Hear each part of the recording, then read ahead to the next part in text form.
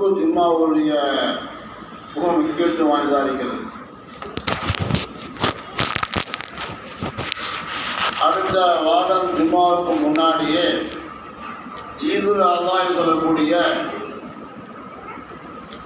தியாக பெருநாள் நம்மளை வந்து அடைய இருக்கிறது. அந்த அடையக்கூடிய நேரத்திலே அன்றைய தினம் நாம் செய்யக்கூடிய அமல்கள் என்ன என்பதை பற்றி உங்களுக்கு நிறைய விளக்கங்கள் சொல்லியிருப்பார்கள்.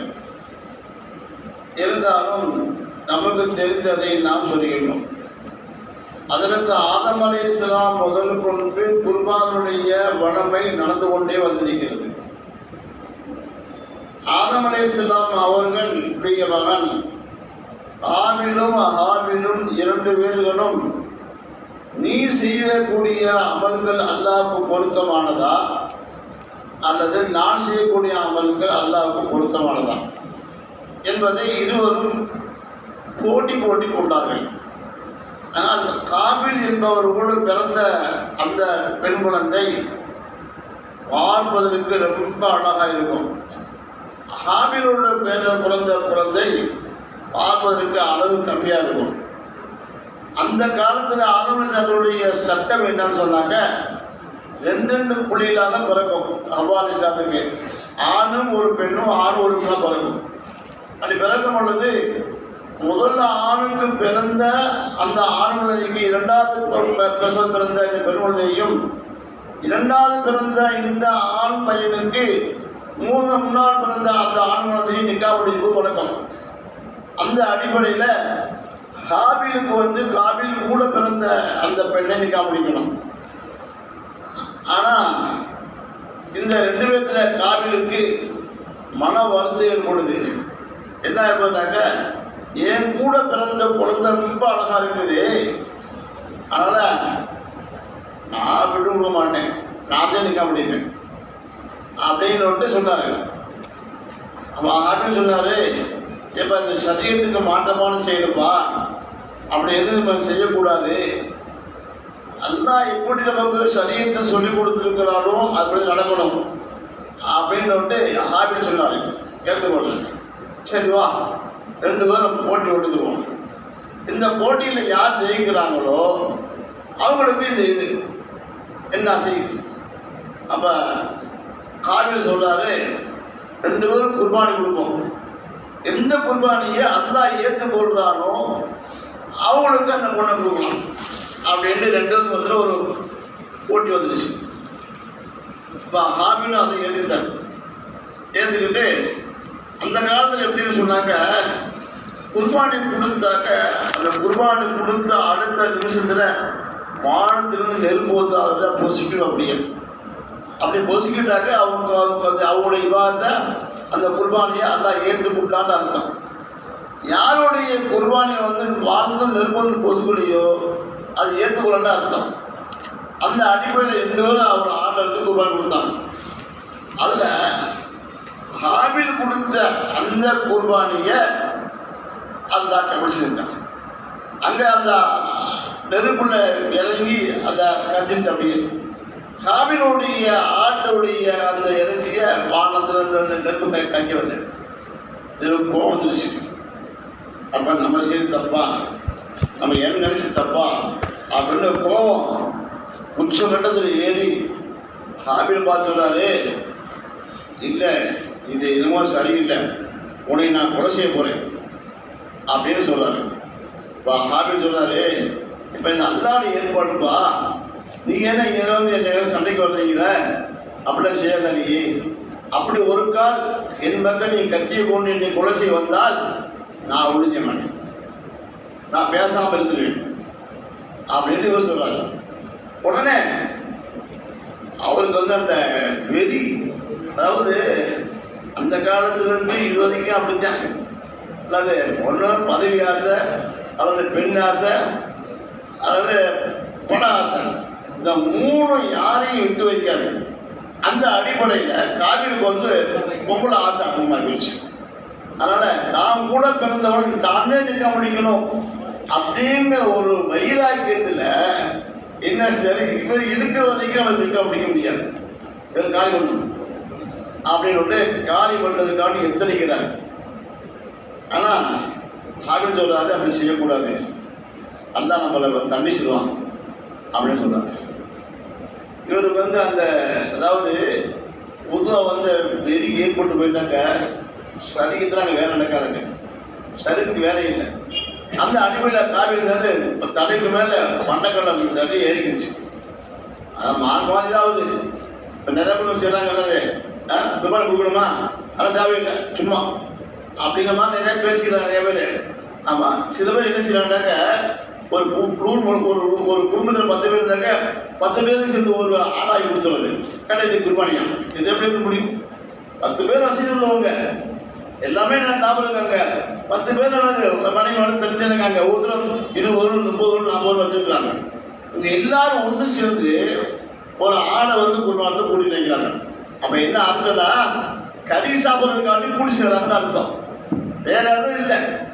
அதான் இருக்க மாட்டான், அல்லாது அதான் பிடிக்காது அது. அந்த மாதிரி காபில் என்ன செஞ்சா தலைக்கு மேலே பண்ணக்கடை ஏற குலைச்சிட்டாங்க. குலைச்சதுக்கு பின்னாடி என்ன செய்யுதுன்னு பிடிக்கல அவருக்கு. நம்ம சகோதரன் நம்ம கொலை செஞ்சோம், அவரை போய் என்ன செய்யறது அப்படின்னு கழுத்தில் தூக்கி போட்டுட்டு அடைகிறாங்க. என்ன செய்ய புரியலையும் அடைகிறாங்க. அந்த ஒரு ஏற்பாடு செஞ்சான். என்னன்னா 2 காக்கையை அடிச்சிட்டான். ஒரு காக்கை இன்னொரு சண்டை போட்டு அந்த காக்கையை அதை அடிச்சு கொண்டுச்சு. கொண்டை அந்த காக்கா என்னதுனாக்க மண்ணை தோண்டி அதுக்குள்ள இந்த காக்கை அடக்குது. இதை பார்த்த உடனேயும் காப்பல் சொல்றாரு, இந்த காக்கைக்கு அறிவோடு எனக்கு இல்லையே அப்படின்னு சொல்றாரு. சரி முடிஞ்சு. அப்புறம் அல்லா குர்ஆன்ல எழுதிட்டான், முதல் தப்பு செய்யக்கூடிய ஒருவர் அதை பார்த்து எத்தனை பேர் தப்பு செய்யறாங்களோ எல்லா பாவமும் அவருக்கு போய் சேரும், எல்லா பாவமும் காபிலையும் போய் சேரும். இது அவரு வழிகாட்டிக்காரு. பணத்துக்காக வேண்டி பெண்ணாசைக்காக வேண்டி எதுவும் செய்யலாம் அப்படின்னு அவர் வழிகாட்டாரு. அந்த அடிப்படையில் தான் இன்னைக்கு அரசியல்வாதிகள் நிறைய பேர் தன்னுடைய பதவியை தற்காத்துக் கொள்வதற்காக வேண்டி இப்ப சொல்லல, சஹாபாக்களுடைய காலத்துக்கு பின்னாடி எப்படித்தான். அதாவது முஆவியா தன்னுடைய மகனார் யஸீத் ரலியல்லாஹு தஆலாஹு அவங்களுக்கு முஆவியா ஒரு சின்ன ஒரு சீட் எழுதி வச்சு போயிட்டாங்க. என்ன, எனக்கு முன்னா ஆட்சி படுத்த முஆவியா யஸீத் இருப்பாருன்னு சொல்லிட்டு. இது முறையாண்டா அது முறையும் மக்களாக பார்த்து தேர்ந்தெடுக்கணும். உமர் ரலியல்லாஹு தஆலாஹு அவங்க ஆட்சி படுத்த இறங்கும்போது 6 பேர் கொண்ட குழு நினைச்சு போயிட்டாங்க. 6 பேர் கொண்ட பெரும்பல் சஹாபாக்களை ஒன்று சேர்த்து, நான் எனக்கு பின்னாடி யார் கலீஃபா வருவதை நீங்க 6 பேர் முடிவு செய்கின்றான். அது 6 பேர்த்துல 3 பேர்த்த ஒருத்தர் அப்துல் ரஹ்மான் அவர் ஒதுக்கிட்டோம், நான் ஒதுக்கிட்டேன். இன்னொருத்தர் அலில்லாத ஒதுக்கிட்டாரு, இன்னொருத்தர் உஸ்மான் அவர் ஒதுக்கிட்டாரு. 3 பேர் ஒதுக்கிட்டாங்க. 3 பேர் இருக்காங்க. இப்ப யாரை போடுறது? அவன் அப்துல் ரஹ்மான் சொன்னாங்க, 3 பேர் இருக்கான், ஆனால் எனக்கு பதவி ஆசை, நான் திருப்போம்னா நீங்க ஏற்றுக்கிறீங்களா அப்படின்னு கேட்குறாரு. ஆட்சி ஏற்றுக்கிறீங்க, அவகாசம் கொடுங்க அப்படின்ட்டு அல்லாட்ட அழுது தொழுது கேட்டுக்கிறாரு. அவருடைய ஆய்வில் உஸ்மான் ரலியல்லாஹு தஆலா வந்துச்சு. உடனே மனால அறிவிக்கிறாங்க, உஸ்மான கலீஃபா ஆக்கலாம் அப்படின்னா. உடனே அடியில் தனக்கு மனசு கொஞ்சம் லேசாக வருத்தம் ஏற்பட்டுச்சு. இருந்தாலும் முஸ்லிமான அடிப்படையில் சொல்றதுனால அவர் எடுத்தாங்க. இப்படித்தான் உமர் ரலியல்லாஹு தஆலா ஆட்சி நடந்துருச்சு. ஆனா முஆவியா ரலியல்லாஹு செஞ்ச சின்ன தப்பு, ஆனா ரொம்ப நேர்மையானவர், ரொம்ப நல்லவர். ஸல்லல்லாஹு அலைஹி வஸல்லம் உமர் ரலியல்லாஹு தஆலா காலத்திலையும் நல்ல சிறப்பான ஆட்சியாளர் என்று பேர் வாங்கினவர். ஒரு நாட்டுடைய கவர்னரா இருந்து நல்ல சேவை செஞ்சுக்கிறாங்க, சும்மா சொல்லக்கூடாது. அவர் தன்னுடைய மகனுக்கு அந்த எனக்கு பின்னாடி ஆட்சி கொடுத்த உட்கார்ந்தான்னு சொன்ன உடனேயும் அவர் சஹாபாக்கள் நிறைய ஏற்றுக்கணும். அதெல்லாம் முடியாதுன்னாங்க. உடனே இவர் ஏற்றுக்கிறதுனால யாரால ஏற்றுக்கொள்ளையோ அவங்கள கொலை செஞ்சார். சஹாபாக்கள் நிறைய சஹாபாக்களை எதிர கொலை செஞ்சாரு. அதுக்காக வேண்டி பதவி ஆசைக்காக. அந்த காலத்திலிருந்து இது நடந்துட்டு இருக்குது. யாருமே பதவிக்காக என்ன செய்வாங்க? ஒருத்தர் நம்ம இப்படி வச்சுருக்கேன், ஒருத்தர் அமைச்சர் பதவி அங்கே முடிச்சுட்டாங்க, இன்னொருத்தர் போட்டி இருக்கிறாரு. உடனே இவன் என்ன செய்வோம்னா அந்த போட்டிக்கு வந்தவன ஒழுங்கு மரியாதை நான் தான் வரணும், நீ வந்தால் ஒரு நடக்கிறது வேற அப்படின்னு மிரட்டுறாரு. மிரட்ட மட்டும் இல்லை, கொஞ்சம் காசு கூட சரி பண்ணுறாரு. அதுக்கு அது இல்லையா அதை போட்டு தரல அப்படி செய்யறாங்க. அல்லது ஏதாவது ஒரு கூட்டத்தில் மாட்டி விடுவாங்க போட்டு தெரியலாம். நம்ம நிறைய பேர் மாட்டி விட்டுருக்காங்க, மாதிரி செஞ்சுருக்காங்க. நம்ம தெரிஞ்சவங்க நிறைய பேர் அப்போ நம்ம என்னங்க போய் மீனாக போய் இருக்காங்க. அதனால் இது மட்டுமெல்லாம் ஒதுக்கிற வேண்டியதான், அது வேறு விஷயம். சரி, காபில் தன்னுடைய பதவியை பெண் ஆசையினால காபிலை கொலை செஞ்சாரு. அதனால அல்லாஹ் என்ன செஞ்சானாக்க, யார் முதலில் கொலை செய்தார்களோ அவருக்கு எல்லா பாவம் போய் சேரும் சொன்னார். அதுக்கு பின்னாடி தொல்லை வந்துட்டே இருந்துச்சு. இப்ராஹிம் அலைஹிஸ்ஸலாம் காலம் வந்துச்சு. இப்ராஹிம் அலைஹிஸ்ஸலாம் அவர்கள் பெரிய பணக்காரர், சாதாரண பணக்காரர் இல்லைங்க. யார்? இப்ராஹிம் அலைஹிஸ்ஸலாம். இப்ராஹிம் அலைஹிஸ்ஸலாமுடைய பணத்துடைய பொருளாதாரத்துடைய மதிப்பை இன்னைக்கு யாருமே கணக்கிட முடியாது. கிட்டத்தட்ட ஆடு மந்தைகளை பாதுகாப்பதற்கு, ஒரு ஆட்டு மந்தையை பாதுகாப்பதற்கு ஒரு ஓனாய் கிட்டத்தட்ட நமக்கு கம்மியாக கணக்குள்ளமே ஒரு 100 ஆடை பாதுகாத்து ஓனாய் வச்சுருக்கேன். இப்படியே 12,000 ஓனாய் வச்சுருந்தாரு அவர். இதுக்காண்டி ஆட்டு பாதுகாப்பாண்டி. அப்போ எவ்வளோ ஆடு இருக்கு அவர்கிட்ட அப்போ வழக்கமாக அந்த அல்லாட்ட சொன்னாங்க, யார் தான் இவர் என்ன இவர் போய் நீ ஹலீஃபாவான்னு சொல்லி, நீ இப்ராஹிம் ஹலீஃபுல்லான்னு சொல்லிய, அது எப்படி பெரிய பொலிசில் இருக்கிறாரு, பணத்து மேலே ஒரு மோகமானது, அவரை போய் நீங்கள் பணக்காரருக்கு 60 ஹலீஃபான்னு சொல்லிய எப்படி? ஹலீஃபாவுக்கும் தெரிஞ்சுக்கணும், ஆன்மீகத்தில் முன்னேறி இருக்கணும், அல்லாவுடைய பயம் அதிகமாக இருக்கணும். இப்படின்னு சாதாரண பரவாயில்ல, நீ ஒரு பணக்கார வச்சு போடுறிய என்ன கேட்டவொடனே என்ன சொன்னா, இங்கே போய் சோதித்து பார்க்கணும். அவர் உண்மையாக அவரு நான் தேர்ந்தெடுத்தது சரியா தப்பா அவ்வளோதான் நீங்களே முடிச்சிங்க அப்படின்னாங்க. அதே மாதிரி வந்தாங்க ஒருத்தர் ஜிப்ரீல் அலைஹிஸ்ஸலாம் பாடம் தெரிஞ்சுக்கும் போது சுப்பூரும் புத்தூரும் ரப்புனா ரப்புல் மலாயிகத்தி வர்ரூம் என்று சொல்லிக்கிட்டே கீழாடினாங்க. இந்த தஸ்பியா இந்த துராய்மன் காலை கேட்டு சொன்னாங்க, அப்பா அருமையான தஸ்பியா இருக்குது, முதல்ல சொல்லு அப்படின்னா. உடனே சரி நான் சொல்றேன், சொன்னான்னு தருவேன். அப்போ சொன்னாங்க, நீ அப்படி சொன்னால் எனக்கு இந்த பணம்னா இந்த பொருளாதாரம் பெருசா இல்லை, அல்லாவுடைய தஸ்பியா தான் எனக்கு பெருசு, அதனால இந்த ஆட்டு மந்தையில பாதை கொடுத்தது உனக்கு அப்படின்னாங்க. உடனே அவளுக்கு கொஞ்சம் பேச ஆசையாக போச்சு. சரி சொல்லிட்டாங்க, தாட்டா பாதி கொடுத்துக்க அப்படின்னாங்க. இன்னொரு சொன்னாங்க, இன்னொரு சொன்னாங்க என்ன செய்வேன், இன்னும் பாதி கொடுத்துறேன். அவர் என்ன சொன்னாங்க, எல்லாத்தையும் எடுத்துக்கலாம், எடுத்துக்கிட்டு அந்த இடத்துல நேரத்து போகிறேன் மகா ஆரம்பிச்சாங்க. ஏன்னாங்க இங்கே இருந்தால் சும்மா வாயில சொல்லிக்கணும் இருக்கும், அர்த்தமாக இருக்கும் கேட்டாங்க. சொல்லி போட்டு சொல்கிறாங்க, இது என்ன பெரிய விஷயம், அந்த எனக்கு குழந்தைய கொடுக்கல, அப்படி ஒரு காலம் குழந்தைய கொடுத்து அந்த குழந்தையும் அல்லாத பாதையில குர்பானை கொடு என்று சொன்னாலும் நான் கொடுக்க தயாராக அப்படின்ற ஒரு வார்த்தையை சொல்லிட்டாங்க. இது அல்லாவுக்கு பிடித்தான் போச்சு.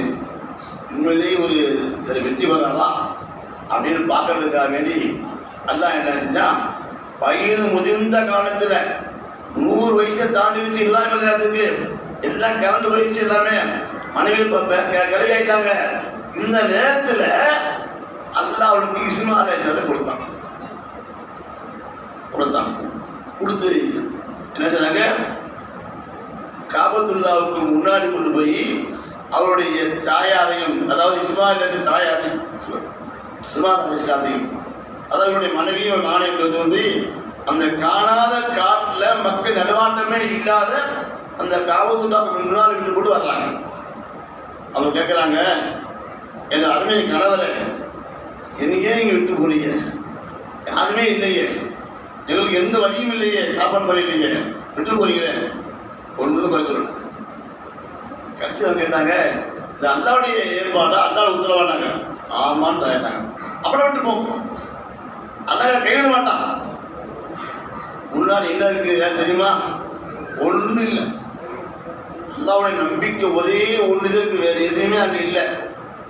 அது மனித சஞ்சாரம் இல்லை, சாப்பிட்றதுக்கு ஒன்றுமே இல்லை, குடிக்க ஒன்றுமே இல்லை, எதுவுமே இல்லை. எந்த அளவுக்கு கொண்டாங்க, ஹாஜரா அலைஹிஸ்ஸலாத்துல வந்து அவருடைய மார்பகத்துல பாலும் என்னது சுரக்கவில்லை. குழந்தை அழுகுது, குடிக்குது. பார்க்கலாங்க, அல்லா எனக்கு தண்ணியை கொண்டாங்களா, என் பிள்ளை காவல் செய்யலான்ட்டு பார்க்கலாங்க. அங்கே இங்கிருந்து அங்கே பார்க்குறாங்க, காணல் நீர், கடுமையான வெயில். இந்த வெயிலே நம்மளால் தாங்க முடியல. அங்கே அவ்வளோ வீசுவோம், சவாலாக இருக்கும், இன்னும் கடுமையாக இருக்கும். அந்த காணல் வெயிலை பார்த்த உடனேயும் என்ன தெரியுது அப்படின்னு கேட்டாக்க, காணல் நீர் அந்த வெயிலுடைய வேகத்தில் நடக்க தண்ணீர் இப்போது போன்று தெரியும். இங்கேருந்து சபாவிலேருந்து மறுவாக்கு வேகமாக ஓடுறாங்க, அந்த மலைக்கோடு வழி ஏறுறாங்க, ஏறி பார்க்குறாங்க, தண்ணியில் பொய்யாகிடுச்சு. திருப்பி அங்கிருந்து பார்க்குறாங்க, இந்த மலைக்கோடுல அதிகமாக தெரியுது, அங்கேருந்து ஓடியாடுறாங்க. அதான் தொடிக்கிட்டே துடிச்சுட்டு ஓடியாடுறாங்க. அப்படியே 7 இதில் வந்ததுக்கு பின்னாடி அந்த இடையில ஹஜ்ரத் இஸ்மா அலைஹிஸ்ஸலாம் ஆனால் வீடுகள் கத்திட்டாங்க, தண்ணியில் கத்திட்டாங்க, வாய் சொல்லலை, சின்ன பிள்ளைங்க தெரிய போகுது இல்லைங்க. உடனே அவன் காலுக்கு அடிக்க தண்ணி அப்படியே பொத்துட்டு வச்சு, தண்ணி அப்படியே ஊறி வந்துச்சு. உடனே பார்த்து ஒரு சந்தோஷம் தாங்க முடியல. ஜம் ஜம் அப்படி சொன்னாங்க, ஜம் ஜம்னு சொன்னாங்க. அவங்க பாதையில நில்லு நில்லுன்னு அர்த்தம். அந்த அடிப்படையில் இவங்க ஜம் ஜம் சொன்ன உடனே அந்த தண்ணி அப்படியே இங்கே போனோம். அது சிலதான் சொன்னாங்க, அன்னைக்கு ஹாஜரா அம்மா மட்டும் ஜம்சம் இந்த வார்த்தையை சொல்லாவிட்டால் உலக மக்கள் எல்லோரும் அந்த தண்ணியை குடிச்சுப்பாங்க. அவ்வளவு அல்லாவுடைய ஏற்பாடுகள் இருந்திருக்குது. அந்த ஹாஜரா அலைஹிஸ்ஸலாம் தண்ணி நிறைய வந்தாங்க, பிள்ளைங்க எல்லாம் குடிச்சிருவோம் இந்த பயத்தில் அவங்க சொல்லி போட்டாங்க. அதனால அதோடு போயிடுச்சு. இப்ப இந்த மாதிரி உள்ளான ஒரு பிள்ளைய அல்லாஹ் கடவுளை சொல்றான், இஸ்மாயில் அடுத்து குர்பானி செய்யுங்க, குர்பானி செய்யுங்க. நல்லா சொல்றாங்க. உடனே இவங்க சந்தை வந்துடுச்சு, நம்ம கஷ்டப்பட்டு பிறந்த குழந்தைய அல்லாஹ்வோட அறுக்க சொல்றாங்க, இது சைத்தான வேலைக்கு இருக்கும் அப்படின்னு பேசாம இருந்தாங்க. 2ஆம் நாள் அப்படிதான் வச்சு திருப்பி அப்படி தெரிஞ்சாங்க. 3ஆவது உடனே இது அல்லாஹ்வுடைய உத்தரவு தான், இதில் மாற்றமே கிடையாது அப்படின்ட்டு தயாரான உடனே சைத்தான் வந்தான். என்ன இப்ராஹிமே அறுக்க போறியா? வேணாம், பாவம் 80 நாள் வயசு காலத்துக்கு வருதுங்க. உடனே அவங்க சொன்னாங்க, கோபத்தை கொண்டு வந்து முதல் நாள் நினைச்சாங்க சைத்தான் சி போட சைத்தான் வேணும். அதனால முதல் நாள் ஒரு சைத்தை கண்டறியணும். முதல்ல 2ஆவது நாள் என்ன செஞ்சாங்கன்னா, 2ஆவது வந்து வந்து ஆதி நாட்டில் வந்தான், சிவாலயத்தில் வந்தான், இப்ராஹிம் வந்தான். 3 நாள் 3 சேர்ந்து கல்லறி சொல்லி அல்லா உத்தரவு. சரி, இப்ப இப்ராஹிம் அலைஹிஸ்ஸலாம் வந்து அந்த குழந்தைய அறுப்பதற்காக வேண்டி எத்தனைக்காண்டி ஆண்டு கேட்குறாங்க. மகனே அல்லா அப்படி உத்தரவு போட்டிருக்கான், உடனே நான் அடுத்து அல்லா குர்பான் கொடுக்கலாமா அப்படின்னு கேட்டாங்க. அப்போ சொன்னாங்க, ஆபத்தி என் தந்தையே, அல்லா என்ன சொல்ற செய்கிறீங்க, அதான புள்ள, அதே அப்போ வளர்ந்துருக்காங்க. வந்து நம்ம அப்படியே வளர்ந்துருக்கோம். எல்லாமே ஒரு சில வழிகள் நல்லா இருக்காங்க, சில வழிகள் சரியில்லை, தொழு வர்றதே இல்லை. ஆனால் அவங்க என்ன வந்து பள்ளியாசம் வந்துருக்கீங்க, அதை அதிகம் பண்ணுறது, 5 வழி 20 வழி சொல்கிறது. நம்மளே சரி பண்ணுறது இல்லை, வீட்டில் பப்பளே தொழுகிறது இல்லை.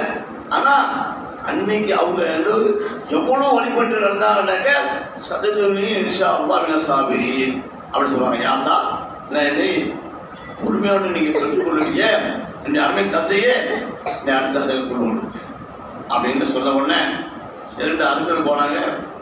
கத்தி வேலை செய்யலாம், இவ்வளவு நல்ல கூர்மையான கத்தி. கோவம் வந்துச்சு, பக்கத்தில் உள்ள பாறை அடைக்கிறாங்க. பாறை அடைஞ்சா பாறை என்ன பழக்குது அப்படி என்னடா இது வித்தியாசமா இருக்குது. பாறை அடித்தா 2ஆ பழக்குது.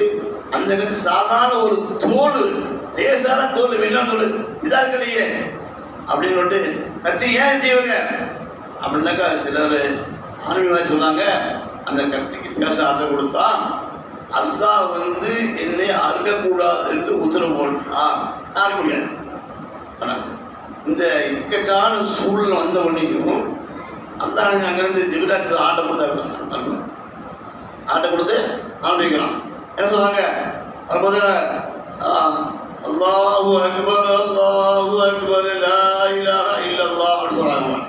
சொல்ல உடனே என்ன உடனே அல்லாஹு அக்பர் வலில்லாஹில் ஹம்து அப்படிங்கிறாங்க. சரி, அந்த அவங்க சொன்னாங்க, வந்தாங்க ஜிப்ரீல் கொண்டு வந்தாங்க, ஆட்டை கொடுத்தாங்க. இதை அடுத்த மகன் மூலமாக குர்பானி கொடுங்க அப்படின்னு ஜிப்ரீல் சொல்லும்போது சந்தோஷமாக தான் இருந்தாங்க. இதுக்காக நம்மகிட்ட என்ன சொன்னாங்கன்னாக்க, ஆடை முன்னாடியே வாங்கிருங்க, உங்களுடைய பிள்ளைய மாதிரி அந்த ஆட்டையும் வளருங்க, பாசத்தை குட்டி வளருங்க, ஆனால் உங்களுக்கு அதுக்க மனசு வராது. அப்போ சில தியாகம் பெரிய தியாகம், பெரிய தியாகம். அந்த மாதிரி ஆட்டை அரைச்சி கொடுக்குறீங்க. அதான் சொல்லிட்டேன். சரி, ஆட்டுக்கு வந்து ஒரு பங்கு சேரணும், மாட்டுக்கு 7 பங்கு சேரணும்.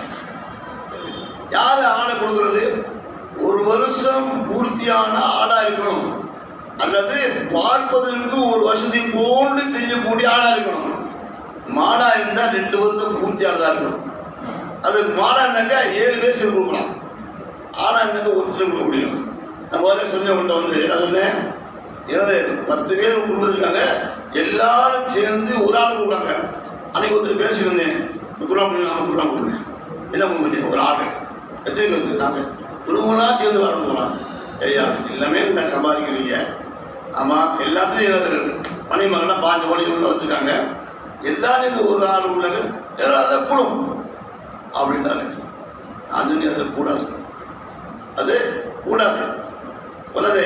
எல்லாத்தையும் ஒரு ஆள் கூடாது. வந்து ஏன் நீங்கள் செய்கிறது வந்து குர்பானி அல்ல, கறிக்கான ஒன்று செய்றீங்க இல்லைங்க, வேற ஒன்று கொண்டு செய்கிறது இல்லை நீங்கள் வந்து. அதனால் இது கூடாது. என்ன செய்யணும், ஒவ்வொருத்தருக்கும் ஒரு ஆடு கொடுக்கணும். என்ன சொன்னாங்க, ஜக்காத்து கணக்கு சொன்னாங்க.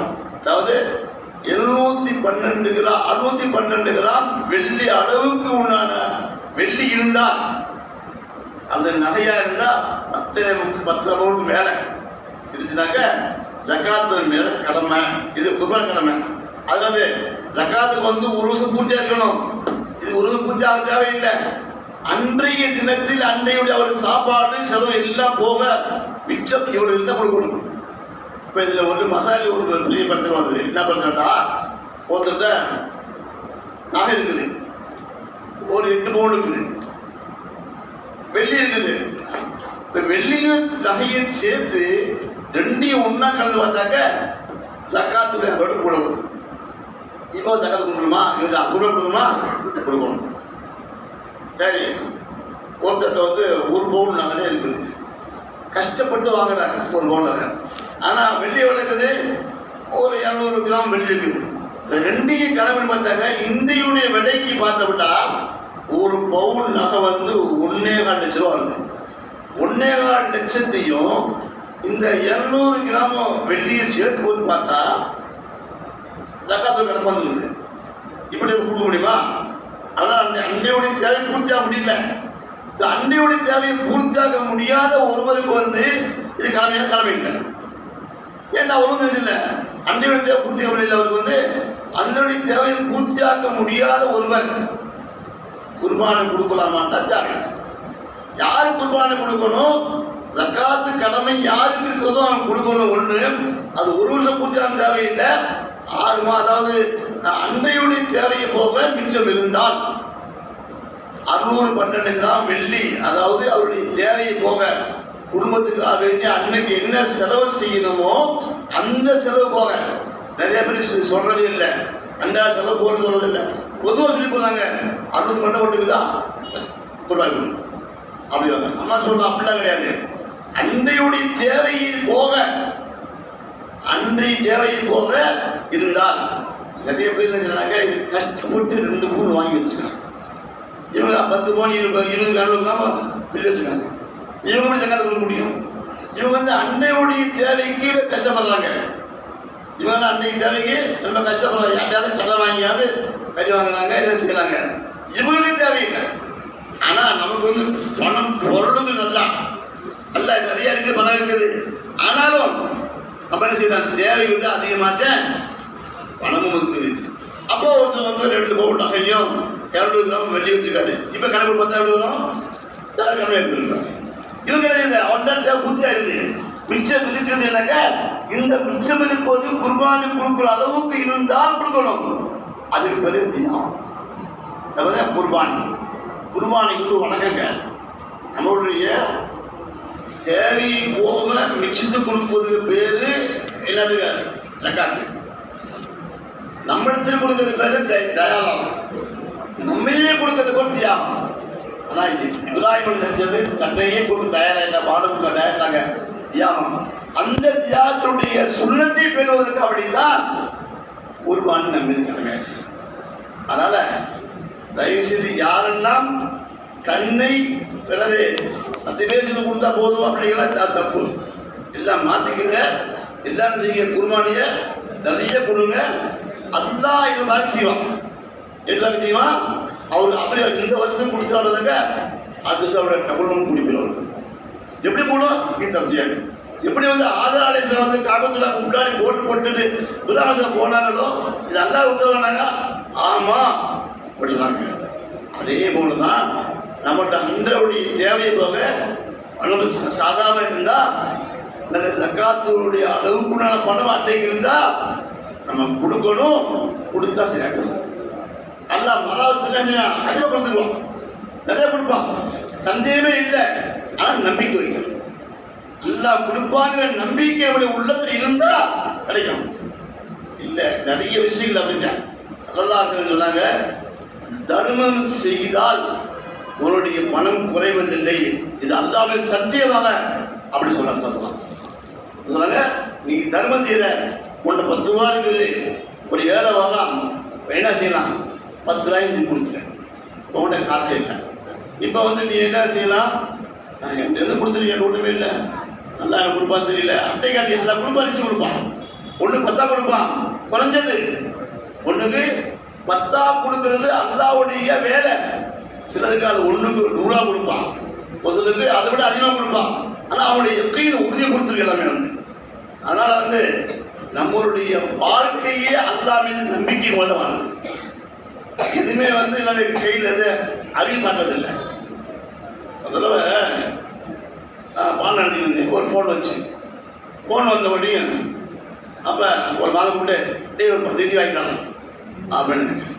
அவன் எதுக்கு ஏன்னு கேட்டான். எதுக்கு ஏன்னு கேட்டாக்கா சரியில்லைன்னு அர்த்தம். அப்போ அவனுக்கு என்ன சொன்னேன், ஏப்பா இப்போதே ஃபோன் வந்து 10 பேர் பஸ்ஸை விட்டு இறங்கி உள்ளே வந்துட்டு இருக்காங்க, அதுக்கான டிவான்னு சொல்லி அப்படிங்க எனக்கு எடுத்து அப்படம் வாங்கிட்டு வரேன். இது வந்து இதாலும் கிடையாது. இந்த மாதத்தை அல்லாஹ்வுடைய வழிமுறை என்னன்னாக்க இப்படி செய்தா செய்ய உனக்கு நான் இருக்கிறீங்க, நான் ரூபிக்கிறான். அந்த என்ன நம்மகிட்ட உள்ள தவக்கல் மையல் அல்லா வாசுவ அல்லாஹ் மீது நம்பிக்கை நம்முடைய உள்ளத்துல வந்துனாக்க இது செய்ய முடியும். ஒரு மனிதர் நினைச்சாரு, அல்லாட்ட கேட்டாரு, என்ன கேட்டாங்களா? அது கேட்டது ரைட்டா தப்பா வேறு விஷயம். அவர் என்ன கேட்டாங்க, யார்தான் நீ ஊட்டிவிட்டதை சாப்பிடுங்க, நீ வந்து எனக்கு ஊட்டி விட்டதை சாப்பிடுங்கடா. இது சொல்றது சரியா? உழைக்கணும், கஷ்டப்படணும், எது கொடுக்குறா அல்லாத கொடுக்குறா அர்த்தம். ஆனால் அவர் நினைச்சாரு பிடிச்சிருந்தாரு, எல்லாம் திரும்பி பார்த்தாங்க, ஏன் பிரியாச்சி பிடிச்சிருக்கிறது, இது தப்புங்க, இது அதெல்லாம் முடியாது அப்படி செய்யணும். வீட்டில் எல்லாம் சொல்லி பார்த்தா கேட்கல, என்ன செய்யறாரு? தொழுகிறா அல்லாட்ட கேட்ட அழுகிறா துடிக்கிறார். என்ன செய்யறாரு? யாரா நீ வீட்டுக்குள்ளே சாப்பிடுங்க அப்படின்ட்டு துவாவும் செய்கிறாரு, ஒழுகும் செய்கிறாரு, அல்லாட்ட மண்டாலும் செய்கிறாரு. பார்த்தாரு, அவங்க அமெரிக்காரமாக இருந்தாங்க, சமாத்தில் சொன்னாங்க, சமாத்துக்காரன்னு சொன்னாங்க, கேட்கல, அது கூட சொல்ல கேட்கல. சாமி ரொம்படாட்டு காட்டு போயிட்டார்.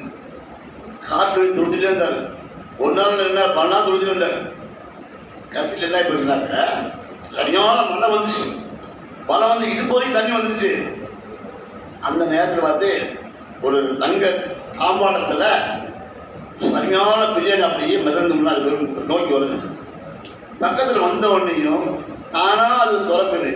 அந்த வாசனை இதனால தாக்க முடியாம வேகமா அல்லாஹ் நினைக்கிறது எதிர்ப்பு ஆயிடுச்சு. உடனே அல்லாஹ் சொன்னா, நீங்க என்ன நீதி செஞ்ச? அல்லாஹ் கூட்டியும் நீதி வச்சுல, நீ அவசரப்பட்ட, இவருக்கு கஷ்டப்பட்ட, இவர் தியாகம்னா இவரோட அழுத எல்லாம் செஞ்ச. ஆனா கடைசி நேரத்தில் வந்து நீ அவசரப்பட்டீங்க. இது சொல்றது மனிதன் வந்து ஆக்க பொறுத்தவே ஆற பொருள்னு சொல்லுவாங்க. இதே அப்படித்தான் அல்லாஹ் கொடுக்கொண்டு நாடி இருக்கான், சந்தேகம் இல்லை, அதோட ஆசைப்படுறாங்க. ஆசை இதுதான் மனிதனுடைய வாழ்க்கையை. மனிதன் அவசர புத்திக்காரன் அப்படின்னு சொல்லுவாங்க. நம்ம அரபியிலையும் பரவல் சொல்லுவாங்க, தமிழ்லையும் சொல்லுவாங்க, என்ன சொல்லுவாங்க, அது மனிதன் அவசர புத்திக்காரன். அந்த அவசர புத்தியை அவனை எப்படி கெட்டு முடிச்சு வளர்ந்து. ஆகவே கண்ணியத்துக்குரிய சகோதரர்களே, குர்பானிங்கிறது பெரிய உயர்தரமான ஒரு அமல், அது ஒரு வணக்கம், சாதாரண அல்ல. அது வந்து நினைக்கிறீங்க நம்ம குர்பானி கொடுக்க சொல்லியிருக்கான் கொடுக்குறோம் அப்படின்னு நினைக்காதீங்க. இது ஒரு நெருக்கமான வணக்கம். குர்பானினாக்க அல்லாஹ்வுக்கு நெருங்குறதுன்னு அர்த்தம். அல்லாஹ் நம்முடைய உள்ளத்தை பார்க்கலாம், அது நம்முடைய அந்த ரத்தத்தை ஓடுறதை பார்க்கல. ஒரு தக்குவா பார்க்கலாம். எனக்கா நீ அனுப்பக்கூடியா ஒரு உனக்கு நிறைய தெரியும், அது அல்லாவுடைய ஏற்பாடு. அதனால நம்ம என்ன செய்வோம், குர்பானி கொடுப்போம். யாரெல்லாம் இன்னும் குர்பானி கொடுக்கலையோ நீ தைக்கலையோ இப்போ நீங்க வச்சுக்கோங்க. இன்ஷா அல்லாஹ் இன்னும் 6 நாள் இருக்குது. அதுக்குள்ள ஆடு வாங்கலாம், மாடு வாங்கலாம், எல்லாரும் குர்பானி கொடுக்கலாம். நீங்க வச்சுக்கலாங்களா? யாரெல்லாம் நீர் வைக்கலையோ, யாரெல்லாம் மாடு வாங்கலையோ வாங்கிக்கணும். அல்லாஹ் போட்டு வரலாம். அஸ்ஸலாமு அலைக்கும் வரஹ்மத்துல்லாஹ்.